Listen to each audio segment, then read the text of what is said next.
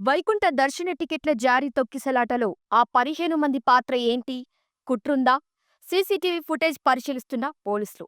తిరుమల వైకుంఠ దర్శన టికెట్ల జారీ సందర్భంగా తిరుపతిలో అపశృతి చోటు చేసుకుంది. దీనికి కారణం ఏమిటనే విషయం పరిశీలిస్తే పలు విషయాలు వెల్లడవుతున్నాయి.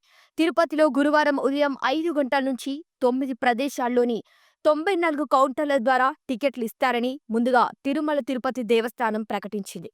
అయితే ఈ రోజు సాయంత్రం 5 గంటల నుంచే టికెట్లిస్తున్నారు అంటూ కొంతమంది తప్పుడు ప్రచారం మొదలుపెట్టారు. ఆ కంగారులో ఒకేసారి భక్తులు బుధవారం సాయంత్రం లైన్లోకి వచ్చి నిల్చున్నారు.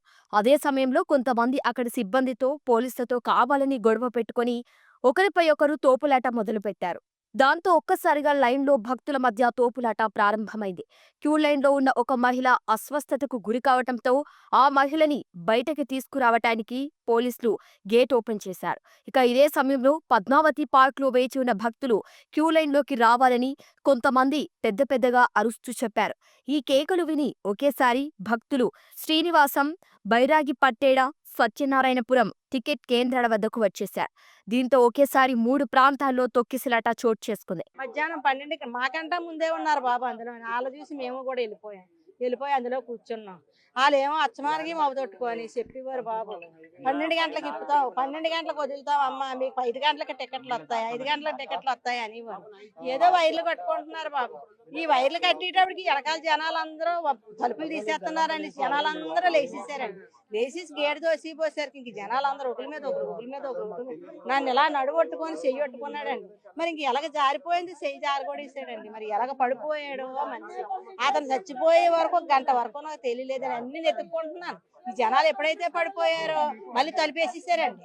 తలుపేసి లోపలగా ఉండిపోయాడు కోసి బాబా అబావి వస్తాలే అని ఫోన్లు చేస్తాడు, రింగ్ అవుతుంది తప్ప ఎత్తలేదు.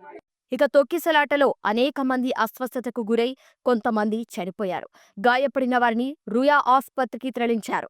అయితే ఇందులో అనేక కుట్రాకోణాలు బయటపడుతున్నాయి. ఒక ప్లాన్ ప్రకారం చేసినట్లు పోలీసులు, విజిలెన్స్ అనుమానిస్తోంది. రేపు టికెట్లు ఇస్తుంటే ఈ రోజే టికెట్లు ఇస్తున్నారని ప్రచారం చేసింది ఎవరు? ఒక బులుగు మీడియాలో ఈ ప్రచారం ఎందుకు వచ్చింది? క్యూ లైన్లో కావాలని గొడవ పెట్టుకుంది ఎవరు? కావాలని తోపులాట ఎందుకు చేశారు?